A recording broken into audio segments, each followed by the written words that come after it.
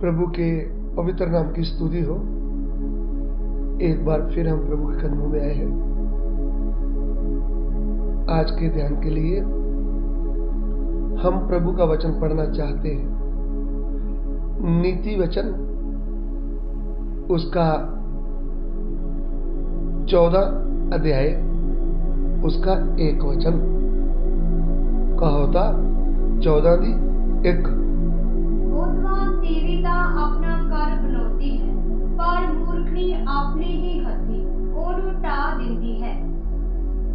हर बुद्धिमान स्त्री अपने घर को बनाती है, पर मूढ़ स्त्री उसको अपने ही हाथों से ढा देती है।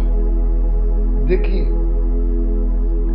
इधर में लिखा है हर बुद्धिमान स्त्री अपने घर को बनाती है और मूढ़ स्त्री अपने ही घर को ढा देती है। इधर में पहली बात है बुद्धिमान स्त्री, दूसरी बात है अपना घर। सो सबसे पहली बात, हम बुद्धिमान स्त्री देखेंगे तो जो परमेश्वर का भय मानती है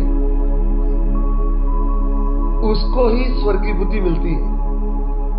जो बहन, जो स्त्री प्रभु का भय मानती है उसको स्वर्गीय बुद्धि मिलती है। जब स्वर्गीय बुद्धि मिलती है तो फिर हम बुद्धि से अपने घर को बनाते हैं। तो घर के बारे में हम ध्यान करेंगे तो एक तो हमारा इस पृथ्वी में जब हम रह रहे हैं, शरीर के रहने के लिए घर है। दूसरा एक घर है हमारी आत्मा का घर। हमारा आत्मा प्राण जिधर रहना है ना, वो भी हमारा एक घर है। शरीर के रहने के लिए इधर में मिट्टी का घर है, ईंट का घर है, लेकिन हमारा आत्मा प्राण सदा रहने के लिए ये एक स्वर्ग का घर है जिसमें हमारा आत्मा प्राण रहना है। तो ये दो घर की बात है, शारीरिक घर और आत्मिक घर।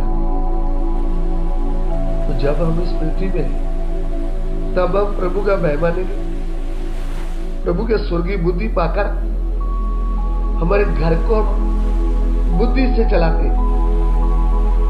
पति का कैसे भय मानना है, पति को कैसे डील करना है, पति को कैसे आदर देना है और अपने बच्चों की देखभाल कैसे करना है, हमारे घर का सफाई कैसे करना है, हमारे घर को कैसे सजाना है।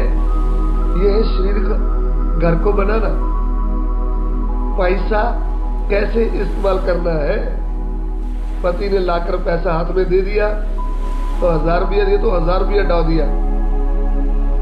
कुछ बाजार से सामान ले आए, कुछ खाने की वस्तु ले आए, शाम को पूछा पैसा, वो तो हमने खर्चा कर दिया है। ऐसा बहन जी घर चलाएंगे तो कभी घर नहीं बनेगा।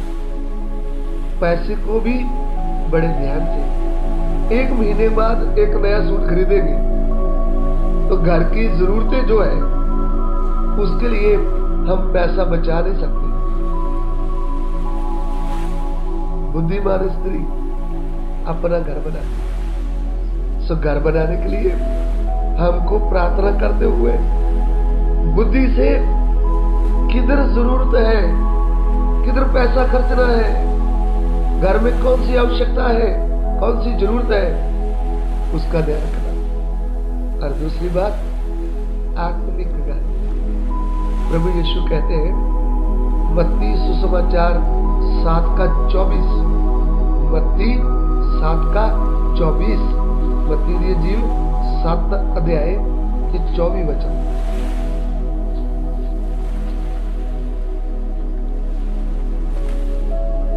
सो हरेक जो मेरा ਇਹ ਵਚਨ ਸੁਣਦਾ ਅਤੇ ਉਹਨਾਂ 'ਚ ਚੱਲਦਾ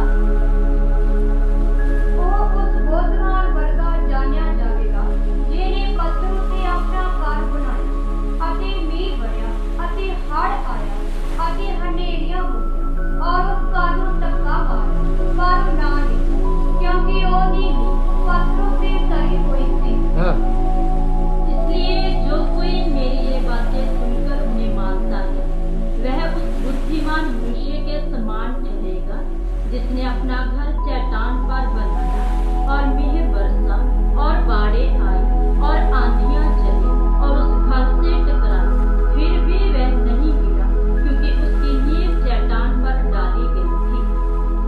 प्रभु यीशु कहते हैं जो ये मेरे वचन सुनता है, सुनती है और इस वचन के ऊपर चलता है या फिर चलती है वह बुद्धिमान। प्रभु की दृष्टि में बुद्धिमान कौन है? जो परमेश्वर को हृदय से चाहता है, जो परमेश्वर को हृदय से ढूंढता है, जो परमेश्वर के वचन को आदर देता है या देती है और परमेश्वर की आज्ञा मानती है या मानता है, वो है बुद्धिमान। इधर में बुद्धिमान स्त्री किसको बोलेंगे? जो प्रभु के वचन को आदर देती है, जो प्रभु के वचन का भय मानती है, वो है बुद्धिमान। और उसने अपना घर बनाया कैसे? आगे लिखा है घर का नींव चट्टान के पर रखा है। मैं वर्षा आंधी आई तूफान आए उस घर को धक्का मारा तो कुछ भी घर का बिगड़ा नहीं, हो गिरा नहीं। तो ध्यान से समझिए, चट्टान के ऊपर घर बना, यानी चट्टान कौन है? हमारी आत्मिक चट्टान है प्रभु यीशु। हम प्रभु यीशु के ऊपर विश्वास किया है तो हमारी आत्मा प्राण का घर सदा रहने वाला है। ये सदा प्रभु के साथ जिंदा रहेगा, स्वर्ग में रहेगा, यह कभी नाश नहीं होगा। यदि हम प्रभु के वचन को आदर नहीं देते, उसके अनुसार नहीं चलते, पाप में जीवन बताते हैं, तो एक दिन मरने के बाद हमारा आत्मा प्राण तड़पने वाली आग में चला जाएगा। तो हम इस बात के ऊपर ध्यान करें कि आज हम प्रभु को जानने के बाद भी, कलीसिया में जाने के बाद भी, क्या हम वचन को आदर देते हैं? क्या हम वचन मानते हैं? क्या हम प्रभु का भय मान रहे हैं? क्या हमारा आत्मिक घर हम बुद्धि से बना रहे हैं? क्या हमारी नींव उस जीवते पत्थर प्रभु यीशु के ऊपर है,